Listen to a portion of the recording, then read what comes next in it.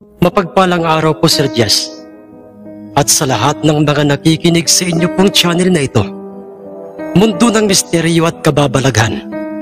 Sir Jess, narito na po ang pagpapatuloy ng aking kwentong inyo pong pinamagatang. Ang alagang sisiw, ang alagang talisaying panabong.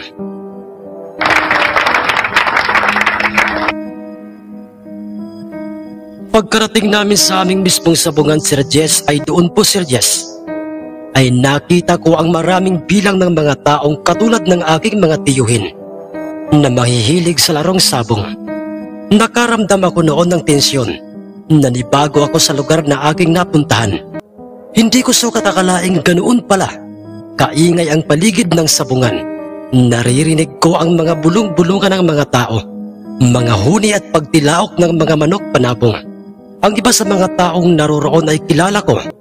Kilalang-kilala ko sila. Ang mga sabungerong taga sa aming mismong baryo. At ang iba naman, bago lamang sa aking paningin. Dahil sa mga dayo ang mga ito. Nasa kamay na noon ni Angkol Bugoy ang kanyang pag-aaring bayong, kung saan ay nasa loob noon ang aking talisaying panabong. Ang aking manok panabong na nagmula sa isang pagiging sisiw at aking nakita sa gitnang bahagi ng pilapil o sa gitnang bahagi ng palayan, at inilihim ko sa aking mga tiyuhin ang kanyang dinanas sa kuko at pangil ng mga hayop na gustong lumapa sa kanya. Ang aking alagang sisiw noon na makailang beses ng pinalad o sinwerteng makaligtas sa tiyak na kamatayan, at hindi ko inaasahang magiging isa pala itong uri ng panabong na kung tawagin nila isang talisayin. Nabanaag ko ang matinding saya at kasabikan sa bawat hitsura ng aking apat na mga tiyuhing mga sabungero. Nasasabik na ang mga itong maihanap ng makakaparehas o makakatunggali ang aking panabong. Ilang sandali pa'y nakita kong marahang ibinaba ni Angkol Bugoy ang kanyang bayong at buong ingat niyang inilalabas sa loob noon ang aking panabong. Ngumisi ito habang hinihimas niya ang mga balahibo nitong buhay na buhay. Ilang sandali pa'y lumapit sa aming kinaroroonan ang aming kababaryong. Sa pagkakakilala ko'y isang batikang magtatari at nagngangalang si Mang Reneng. Dala nito ang kanyang pag-aaring lalagayan ng mga tari, at nang ito'y nasa aming harapan ay, "Oo, kayo pala, Bugoy. Kaninong talisayin ba yan? Ang angas niya na. Maklase. At mukhang may kakasa sa bakbakan." ang sabi nito kay Angkol Bugoy. Sumagot naman sa kanya si Angkol at sinabi niyang, Totoong lahat ang mga sinabi mo, Reneng. At kailan may hindi ka nagkakamali. Kilala mo ba kung sino itong kasama namin? Ibinaling ni Mang Reneng ang kanyang paningin sa akin. Kasunod ay nagtataka itong napawikang, Oo naman, Bugoy. Pamangkin niya siya. Hindi ba? Siya si Gilberto, ang anak ng inyong kuyang si Hiner. Pero bakit? Pero teka lang. Ba't kasama niyo siya rito sa ating sabungan? Paano nakumbinsi niyo siyang isama rito? Hindi ba't hindi naman yan sabungero na katulad ng kanyang ama na si Hiner? Reneng. Hindi nga sa sabungerong tulad natin. Katunayan, wala nga siyang balak na pamusta sa aming dalang panapong na ito. ang sagot ni Angkol Bugoy sa kanya. Ganoon ba? Bakit siya naririto? Ang dagdag pang tanong o pang-uusisang tanong patungkol sa akin nang magtataring si Mang Reneng. Simple lang, Reneng. Kaya siya naparito dahil nakikita mo naman siguro itong hawak kong talisayan, hindi ba? Oo, Bugoy. Bakit? Dahil ang talisayan ito ay pag-aari ni Gilberto, pag-aari ng aming pamangkin. Napabulala si Mang Reneng. Sinagot sa kanya ni Angkol Bugoy. Mangha itong napatitig sa akin. Sabay wikang, Totoo ba? Abay, hindi ko sugat nakalaing marunong ka palang mag-alaga ng isang mataas na uring parapong iyo. Hindi naman po, Mang Reneng. Sa akin po yung talisayan, pero si Angkol Bugoy po ang nagturo sa akin kung papaano ko po yan alagaan ng wasto. Sagot ko nang may galang sa kanya. Mga ganoon ba iyo? Reneng, total naririto ka naman na sa aming harapan. Ano kaya kung ikaw na lang ang magsisilbi naming magtatari dito sa aming dalang talisayang panabong? Ayos lang ba yan sa'yo? Tanong sa kanya ni Uncle Bugoy. Ngumisi muna ang magtataring si Mang Reneng. Sabay wikang, Abay, sige. Sige ba? Yan talaga ang isang dahilan, Bugoy, kung bakit ako naunang lumapit sa inyo. Dahil gusto kong maging magtatari diyan sa nakamamanghang talisayan nyo. Mataas, bilog na bilog ang kanyang katawan. At saka buhay na buhay ang mga balahibo niyan. Ito pa lang ba ang kanyang unang magiging laban, Bugoy? Oo, Reneng. Ito pa lamang ang kauna-unahang pagkakataong dinala namin ito dito sa sabungan. Pero alam naming masusundan pa ito ng maraming beses. Sige, Reneng. Ikaw na ang aming kukuning magtatari. Nga pala, anong balita? Kanina ka pa ba rito? Oo, Bugoy. Kanina pa ako rito. Ganoon ba? Bakit parang hindi pa nag-uumpisa ang sabong? I mean, bakit parang wala pang nangyayaring ulutan? Kuwan, Bugoy. Ayon sa mga namamahala ng sabungan, hinihintay pa nila ang mga taong VIP raw. Ano? VIP? Very important people. Oo, Bugoy. Parang ganoon na nga. Sino-sino raw ba ang mga VIP yon, ha? VIP ang tawag nila sa mga ito dahil mga bantog na mga sapungero ang mga ito.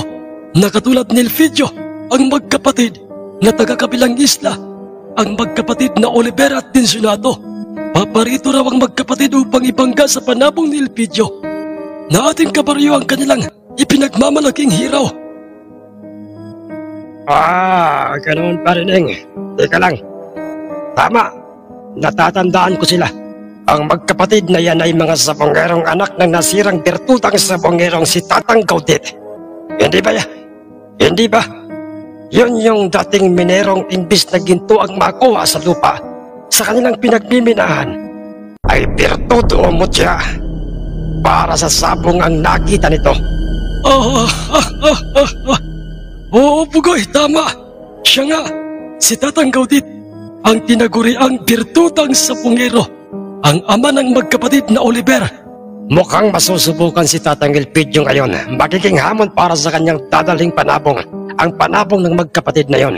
Pero teka lang, ba't parang wala pa rin dito si Tatang Elpidio? Ang sabi ni Uncle Bugoy, wala akong kilala ni isa man sa mga taong binabanggit ni Mang Reneng. Hindi ako interesado sa kanila. Ngunit nagka-interes ako sa sinabi niyang ang ama ng magkapatid ay tinaguri ang isang birtudang sabongero. Noong nabubuhay pa ito, doon unang pumasok sa isip kong hindi kaya si Mang Elpidio na may-ari ng lupaing aming sinasaka at si Tatang Gaudit ay parehong mga birtudang sabongero. Yun ang nooy tanong ko sa aking isipan. Ilang sandali pa'y pare-pareho kaming gulat na napalingon sa aming likuran dahil biglang merong nagsalitang, Narito na ako, Bugoy. At ikaw ba ito, Iho Gilberto? Busis ni Mang Elpidio na nasa aming likuran. At ito'y makikitang may hawak at hinihimas na isang bolek na panabong. At sa pagkakatanda ko'y iba yun sa bolek na nakita kong noong binubugahan niya ng makapal na usok ng tabakong hinihitit niya. Opo, Mang Elpidio, ako po at kasama po ang aking mga tiyuhin. Ganoon ba, Iho? Masyado lamang akong nagtaka dahil ang pagkakalam ko hindi ka naman sabongero. Hindi ba?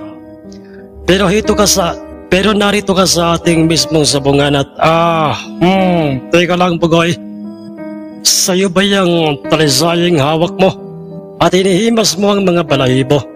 Ang tanong ni Tatang Elpidio kay Uncle Bugoy. Kuwan, hindi po, Tatang Elpidio. Masyadong maklase ang talisayang yan at may kakasasabakbakan. At kung hindi yan sa'yo, kanino pala yung wag mong sabihin kay Gilberto yan? Opo, Tatang Elpidio. Tama po kayo. Kay Gilberto nga po ito. Ha? Ganoon ba? Totoo ba yun, iho, Gilberto? Oo po, Mang Elpidio. Yan lang po ang kaisa-isang tandang o panabong na inaalagaan ko, pero hindi ko po sukat akalaing yan po'y matitipuhan nila, Angkol. Sagot ko sa kanya. At kaya ka sumama rito upang pumusta sa panabong mo at manood o panoorin kung papaano yan makipagbakbakan, hindi ba? Manonood lang po ako, pero hindi po ako pupusta, Mang Elpidio. Ganoon ba, iho? Kuwan, Bugoy. Bakit po, Tatang Elpidio? Bugoy, mamaya. Pag dumating na ang magkapatid na Oliver at Dinsonato, sa oras na meron pa silang isang dalang panabong bukod sa kanilang ipinagmamalaking mandirigmang hiraw. Hiraw daw. Ay kung okay lamang sa inyo na yung talisayan ni Gilberto ang ating ibabangga sa kanilang isa pang dadalhing panabong. Sige po, Tatang Elpidio. Magandang idea po yan. Kaya't payag po kami. Ang sagot ni Uncle Bugoy kay Mang Elpidio. Sige. Ikaw naman, Reneng. Tatang Mang Elpidio, bakit po? Mamaya. Ay gusto kong ikaw na ang kukunin kong magkakarga ng tari dito sa aking bolik na dilaw. Dilaw ang mga balahibo. Total naririto ka naman na. At saka malaki rin ang tiwala ko sa iyo. Dahil sa ikaw ay aking kapabaryo. Ay nako po, maraming salamat po, Tatang Elpidio. Karangalan po yun para sa akin. Nakunin niyo pong isang magtatari para po sa inyong panabong. Salamat rin sa iyo, Reneng. Naririto na sila. Naririto na ang magkapatid. Ang seryosong pagkakasabi ni Mang Elpidio kung saan ay makikita siyang nakatanaw sa malawak na palayan. Ilang sandali pa'y paunti-unti na kaming may nakikitang tatlong figura. Figura ng mga taong naglalakad at parang may labit na tigisang bayong ang dalawa sa mga ito. Hanggang sa ito'y papalapit na nga sa aming sabungan. At ito'y malinaw na nga naming naaaninag. Naaaninag na namin ang mga ito. Sila na ang magkapatid. Ayon kay Uncle Bugoy at Mang Reneng. At ang isa nilang kasama isang magtatari. Dalawang bayong ang dala ng mga ito. Ibig lamang sabihin noon ay dalawang panabong ang dala ng mga ito. Muli akong nagtaka sa nooy kaharap naming si Mang Elpidio. Masyado ako noong nahihiwagaan sa kanyang pagkatao dahil Sir Jess, may edad na itong si Mang Elpidio. Ngunit papaanong matalas pa rin ang kanyang paningin sa malalayo. Papaano niyang nasisigurong paparating na nga sa aming sabungan ang magkapatid. Ikong ako'y hindi ko halos maaninag ang mga taong yon, pero parang malinaw niyang nakikita ang mga ito. Kumusta na po, Tatang Elpidio? Matagal pa kayong naghintay sa aming pagdating? Ang tanong kaagad ng panganay na kapatid ni Dinsonato at kinilalang si Oliver. Hindi naman, iho. Dahil ang totoo ay kararating ko lang din dito sa aming sabungan. Ganoon po ba? Isa po palang dilaw na bolik yung naisip niyo pong ibangga sa aming hiraw. At isang talisayin. Mataas na uring talisayin. Ang dinig naming sabi ni Oliver. Bakit, iho? Oliver, anong problema? Ba't ganyan kalagkit ang tingin mo sa talisaying nasa kamay ni Bugoy? Tamang-tama po, Tatang Elpidio. Bukod sa aming hiraw ay nagdala rin kami ng isa pang naming fighter na panabong isang abuhin. Naisip kasi naming para hindi naman sayang ang aming biyahe. Tamang-tama, iho. Dahil yan din ang naisip namin kanina. Ano pong ibig niyong sabihin? Iho, Oliver. Sinabi ko kanina dito kay Gilberto na siyang totoong nagmamayari nitong talisayin na sa oras na dalawang panabong ang dadalhin niyo. Ay ang talisaying ito ang aming ipangtatapat sa inyong dalang panabong. Ganoon ba? Sige, huwag na nating patagalin pa ito. Ang hiraw ko ba at yung dilaw na bolik mo, Tatang Elpidio, ang una nating paghaharapin o yung talisayin at ang aming abuhin? Ang naway seryosong sabi ni Oliver kung saan ay ang edad ng tatlo ay halos hindi magkalayo sa edad ko noon. Mas lalo pang ang umingay ang paligid ng sabungan. Lumakas pa ang bulong-bulungan ng mga sabongero nang makita ng mga ito ang panabong ng magkapatid, ang dilaw na bolek ni Mang Elpidio. At ang aking talisayang panabong, ang totoo ay hindi ko maikakaila sa aking sarili noon. Ng mga pagkakataong yon, ay nakakaramdam na ako ng kaba at takot para sa aking talisayin. Dahil hindi man ako sabongero na katulad ng mga sabongerong nakikita ko sa aking paligid, pero alam kong ramdam kong mataas na uri at hindi biro o mga pipitsuging panabong lamang ang hiraw at abuhing dala ng magkapatid. Kung baga sa isang tao kung titingnan ang mga ito'y nakakatakot, yung tipong kayang pumatay ng kanyang katunggaling panabong. Nang walang kahirap-hirap, nagkulay suka na ako noon, Sir Diaz, at nangangatal na ang aking mga kamay. Bagay na siya namang napansin ng aking mga tiyuhin, maging ni Mang Elpidio. Iyo! Gilbert! Uncle Bugoy, bakit po? Alam ko kung ano ang nararamdaman mo. Alam namin kinakabahan ka para sa iyong panabong, hindi ba? Pero magtiwala ka lamang, nasa panig natin si Tatang Elpidio, hindi ba? Ang mahinang sabi at halos pabulong na pagkakasambit sa akin ni Uncle Bugoy.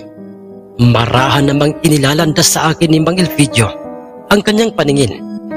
Hindi man ito nagsasalita, ngunit ang kanyang titig sa akin ay parang nagsasabing huwag akong kabahan. Iyo, ako ang magbibitaw sa aking bolek at yan sa talisayan mo. Kaya kinakailangan mong ipanatag ang loob mo. Iyo, ang sabi sa akin ni Mang Elpidio, kahit papaano'y nabawas-bawasan ang nerbiyos ko noon at ang pangangatal ng aking katawan. Nang marinig ko yon kay Mang Elpidio, at noon ko pa lamang nahalatang amoy tabako ang kanyang hawak na bolek, at parang hindi yun naaamoy nila ang Bugoy at ng iba pang mga sabongero. Dahil do'y mas lalo pang ang lumakas ang hinala kung totoo ngang may birtuds na ginagamit sa sabong si Mang Elpidio. Ano kayang birtud ang taglay nitong si Mang Elpidio? Ay, teka lang. Hindi kaya may kinalaman yun sa usok ng tabakong ibinubuga niya sa kanyang dadalhing panabong na parang iyon ang kanyang ipinapaligo sa mga ito? Nilalasing niya ng usok ng tabako ang kanyang panabong. Pero ano ang tabakong yun? Saan yun ang galing? Ang nalilitong tanong ko noon sa aking sarili, ang aking talisayin, Sir Diaz, at ang nooy nakakatakot na isang abuhin. At naglilikot na dahil sa ito'y agresibo at kondisyong makipagpataya na nasa kamay ni Dinsionato. Ang napagkasundo ang unang paghaharapin sa gitnang bahagi ng sabungan. Nakita ko nang nauna nang pumasok sa loob ng sabungan si Dinsionato, dala ang abuhing panabong. At kasama nito ang kanilang pinsang kaidaran lamang nila na isa pala itong dalubhasang magtatari. Iho, Gilberto, huwag kang kabahan. Ako ang magbibitaw, ha? Reneng, bakit po, Tatang Elpidio? Tara na, sa loob ng sabungan. Sige po. Pinilit kong maging kalmado at masyado kong pinagkatiwalaan ang mga sinabi ni Mang Elpidio. Seryoso ito habang binibigkas niya ang mga katagang yon. Hawak na niya ang aking talisayin at kanya nang hinihimas ang mga balahibo nito. At magkasama na silang dalawa ng magtataring si Mang Reneng na naglakad patungong bunganga ng sabungan. Samantalang ang kanyang dilaw na bolek ay pansamantalang niyang ipinagkatiwala na muna kay Uncle Bugoy. Palakas pa ng palakas ang mga bulong-bulungan ng mga sabongero sa paligid ng mga oras na yon. Ngunit malinaw sa aking pandinig na ang paulit-ulit ng mga itong binabanggit ay ang aking talisaying panabong. Manghang-mangha ang mga ito sa taas at laki ng aking talisayin. Inaamin ko sa aking sariling, ngayon pa lamang ako nakakita ng isang talisaying tulad nito. Marami rin akong mga talisaying inaalagaan, pero ibang-iba ito sa mga talisayin ko. At malaki ang at malaki ang lamang nito kung ikukumpara sa abuhin ni Densionato. Pero papaano nagkaroon si Gilberto ng panabong na katulad nito? Samantalang hindi naman sa sabongero. Saan niya ito nakuha? Saan ito nagmula? Ang nooy tanong at sabi ni Mang Elpidio sa kanyang sarili. Pamangkin, Gilberto. Bakit po, Uncle Bugoy? Halika, sumunod ka sa amin. Lalapit pa tayo ng kaunti sa gilid ng sabungan. O harang ng sabungan, makikipagsiksikan tayo doon. Upang mas lalo pa nating malinaw na mapanood ang mapipintong bakbakan ng iyong alagang panabong. Ganoon po ba, Uncle Bugoy? Sige po. Wala sa aking hinagap o hindi ko inaasahan ang lalaking yan na tinawag nilang si Gilberto ay magkakaroon ng alagang isang mataas na uring talisayin. Hindi ko siya kabisado, di ko siya kilala, pero sa nakikita kong mga inaasal niya ay makahalatang hindi ito sanay na magsapong. Lalo't higit sa lahat, parang wala itong alam sa pag-aalaga ng mga panabong. Pero papaano siya nagkaroon ng isang talisaying panabong? Malaking problema ito. Huwag sanang magkatotoo ang paalala sa amin noon na itay, noong nabubuhay pa siya, na isang panabong lang ng isang taong walang muwang sa larong sabong ang makakakontra ng kanyang mutyang ginagamit niya sa sabong noon, ang batong itlog ng tagak na ipinamana niya sa amin. At yun ang nasa loob ng aking malalim na bulsang pantalon ngayon. Ang sabi ni Oliver sa kanyang sarili, sa bisa ng kapangyarihan ng mga namamahala ng aming sabungan, ay pinag-utos kaagad nito kina Mang Elpidio at Densionato na kanila munang pagharapin ng dalawang mga wala pang taring panabong. Parehong palaban ang mga ito. Kung kaya't pinargahan na kaagad ng mga magtatari ng tari ang kaliwang mga paanan ng dalawang mga panabong. Mas lalo pang pumogi sa paningin ng mga sabongero ang aking talisaying panabong nang ito'y makargahan na nga ng pulidong tari ni Mang Reneng at pansamantala niya itong ibinaba sa sahig ng sabungan. Nakaagaw kaagad ng pansin yun sa mga mamumusta, kung kaya't karamihan sa mga ito'y pumusta sa aking talisayin. Naunang tumuka sa ulo ng abuhin ng aking talisayin at nakita ko pang pumungas-pungas ang abuhin na wari na sasaktan. Gumanti naman ang pagtuka sa ulo ng aking talisayin ang nasabing abuhin, ngunit hindi niya ito tinamaan. Sa halip ay siya pa itong tinuka-tuka ng aking panabong. Ilang sandali pa'y katulad ng palaging nasasaksihan sa loob ng sabungan. Matapos na pagharapin ang dalawang mga panabong, ay pinatanggal na ng sentensyador sa mga magtatari ang taling nakapulupot sa kaluban ng tari at maging ang kaluban nito. At pagkatapos ay nakita ko nang muli nila itong pinagharap at magkasabay nilang binitawan ang dalawang mga panabong. Paglapat ng mga paa ng aking talisayin sa sahig ng sabong ay bumuka kaagad ang kanyang dalawang mga pakpak at umangat sa lupa ang kanyang mga paa. Napaka-alerto nito. Lumipad ito ng napakabilis papalapit sa nooy makikita ng nasa ereng abuhing panabong na papalo na sa kanya. Nagpang-abot sila sa ere at nagpalitan ng mga pagpalo. Ilang sandali pa naghiyawang bigla ang mga sabongerong nakapaikot sa labas ng sabungan. Dahil sa Diyas, naunang bumulusok paibaba sa lupa ang abuhing panabong. Lumagutob pa ito sa sahig ng sabungan at nangangahulugan lamang yon na malakas ang ginawang pagpalo sa kanya ng aking talisayin. Bumagsak sa gilid ng sabungan ng aking talisayin, ngunit ang abuhing panabong ni Densionato'y pumapaikot-ikot na ito sa sahig ng sabungan. Habol na nito ang kanyang hininga at kung sakaling ito'y makatayumay, tumatakbo na ito ng walang direksyon. Hindi, imposible ito. Ang aking panabong na abuhin ay natalo ng isang talisayin sa unang arangkada lang. Hindi ito totoo. Ang naguguluhan at hindi makapaniwalang sampit ni Densionato sa kanyang sarili. Hindi niya kayang papaniwalain ang kanyang sarili sa katotohanang natalo ng aking talisayin ng kanilang ibinibidang abuhin. Ngunit yun ay nilinaw sa kanya ng mismong sentensyador ng aming sabungan. Binasag ng kargadang tari ng aking talisayin ang bungo o ulo ng kanyang panabong at kanyang winasak at binutas ng kanyang tari ang kanyang tigmagkabilang kilikili na siyang kamamatyan ng isang panabong. Paktay na ang abuhin nang ito'y huminto sa mismong tapat ng kanyang dayuhang mga amo. Hindi ako noon makagalaw, Sir Jess, sa aking kinatatayuan. Nananatili akong tulala ng mga ilang segundo. Hindi ako makapaniwalang ganoon kung makipagbakbakan ng aking talisayin.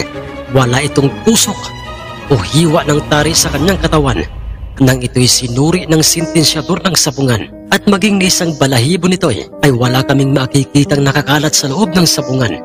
Naghiyawan ang mga mamamustang sumuporta sa pamamagitan ng pusta sa aking talisayin. At doon pa lamang ako noon bumalik sa aking wisyo nang marinig ko ang ingay sa paligid ng sabungan.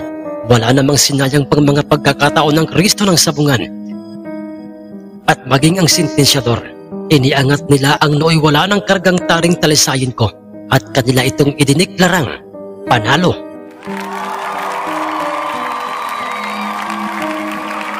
Nakita mo na yun, Pamangkin Gilberto. Diba? Sinabi ko naman sa'yo na magpapanalo ang panabong mo. Wow! Ha ha ha! Isipin mo yun, isang pag-arangkada lang ay tudas kaagad ang abuhin. Hindi man lang hinihingal o nahirapan ang talisayan mo. Ang masayang pagkakasabi sa akin niyang Kulbugoy. At banaag silang apat na aking mga tiyuhin ng matinding kasiyahan. Nalilito at nagtataka naman ang nooy nakikita ko sa mga hitsura ng tatlong magpipinsang sina Oliver. Masaya ako, iho. Gilberto, sa nakamamanghang paraan ng pagkikipaglaban ng iyong talisayan. Oh, eto, Bugoy, ang panabong ng iyong pamangkin. Ang sabi ni Mang Elpidio, iniabot rin niyang Kulbugoy kay Mang Elpidio ang kanyang dilaw na bolik at ang bihag na abuhin. Ay malinaw ko nang nakikitang nasa kamay na niyang Kulislaw at kanya na nga itong inaalisan ng mga balahibo. Tatang Elpidio. Oh, kayo pala mga iho. Ano, give na kayo sa susunod na bakbakan? Opo, Tatang Elpidio. Nakahanda na po kaming iharap sa inyo. Sa inyo pong dilaw na bolik. Sa inyo pong dilaw na bolik itong aming hiraw. Ganoon ba siya? Sige, Reneng, tayo nang muli. Tayo nang muling pumasok sa loob ng sabungan. Ang sabi ni Mang Elpidio na siya namang sinunod kagad ni Mang Reneng. Magkasama na nga silang dalawang naunang pumasok sa loob ng sabungan. Dala ni Mang Elpidio ang dilaw na bulik. Samantalang, Kuya Oliver, itutuloy pa rin ba nating ibangga sa dilaw na bulik ni Tatang Elpidio ang ating hiraw na kahit pa'y ang naway nagdadalawang isip ng tanong ni Densionato sa kanyang Kuya Oliver. Oo, tol. Itutuloy pa rin natin ang laban ng ating hiraw na kahit pa'y wala nang bisa ang ating dalang mutya. Dahil sa ito'y nasumpa na ng talisayang panabong ng lalaking yan na tinawag nila sa pangalang si Gilberto.